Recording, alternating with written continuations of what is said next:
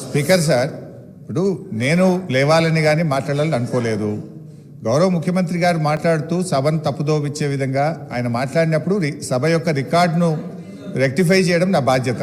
Because నేనేదో ప్రశ్నకు సమాధానం చెప్పాలనో విమర్శ చేయాలనో నేను మాట్లాడే ప్రయత్నం చేస్తలేను.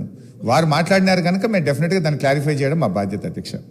అయితే అధ్యక్ష, ఆ రోజు కామన్ మినిమం ప్రోగ్రాంలో కేసీఆర్ గారు పెట్టించడమే కాదు, షిప్పింగ్ పోర్ట్ఫోలియో అడగకుండానే ఇచ్చారు. ఆ రోజు డిఎంకే పార్టీ నాకు షిప్పింగ్ పోర్ట్ఫోలియో ఇవ్వకపోతే మేము యూపీఐ నుంచి బయటకు పోతామంటే, నేను మంత్రి పదవి కోసం ఢిల్లీ రాలేదు, నాకు ఈ పోర్ట్ఫోలియో అక్కర్లేదు, వారికి ఇచ్చేయండి, నేను వచ్చింది తెలంగాణ కోసమని షిప్పింగ్ పోర్ట్ఫోలియోను స్వచ్ఛందంగా వదులుకున్నటువంటి చరిత్ర కేసీఆర్ గారిది, టీఆర్ఎస్ పార్టీది అధ్యక్ష. ఈరోజు రేవంత్ రెడ్డి గారు మాట్లాడుతూ మేమేదో పదవులు ఇచ్చినామని, పదవులను గడ్డిపోచల్లాగా త్యజించిన చరిత్ర ఈ దేశంలో ఎవరికన్నా ఉందంటే అది కేసీఆర్కు, టీఆర్ఎస్ పార్టీకి ఉంది. త్యాగాల పునాదుల మీద తెలంగాణ తెచ్చిన చరిత్ర ఉంది అధ్యక్ష. అనవసరంగా మేమేదో పదవులు ఇచ్చినామని, మేమేదో పదవుల కోసం పాకులాడినామనేటువంటి విధంగా వారు మాట్లాడద్దు.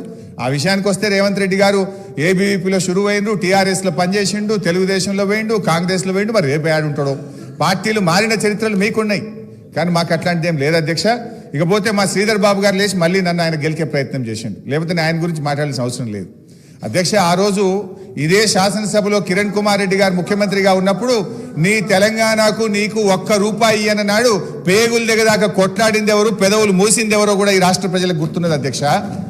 ఉన్నారు ఇవాళ ఇక్కడ చాలా మంది, ఆ రోజు ఉన్న వాళ్ళు కూడా ఇక్కడ ఉన్నారు. ఆ రోజు మేము పేగులు దిగదాకా పోడియంలోకి పోయి కొట్లాడినాము, ఆ రోజు మీరు పెదవులు మూసుకొని మాట్లాడినటువంటి చరిత్ర కూడా కాంగ్రెస్ పార్టీకి ఉంది అధ్యక్ష. నేను అనేది మాకు ఓపుకున్నది అధ్యక్ష. దయచేసి మీరు మా మీద విమర్శలు మాని, ప్రజలు మీకు అధికారం ఇచ్చారు, మీకు అవకాశం ఇచ్చారు, మీరు ప్రజలకిచ్చిన ఆ గ్యారంటీలు ఎలా అమలు చేస్తారో దాని మీద దృష్టి పెట్టే ప్రయత్నం చేయండి. దానికి నిర్మాణాత్మకమైన ప్రతిపక్షంగా మేము సహకరిస్తాం, సూచనలు ఇస్తాం.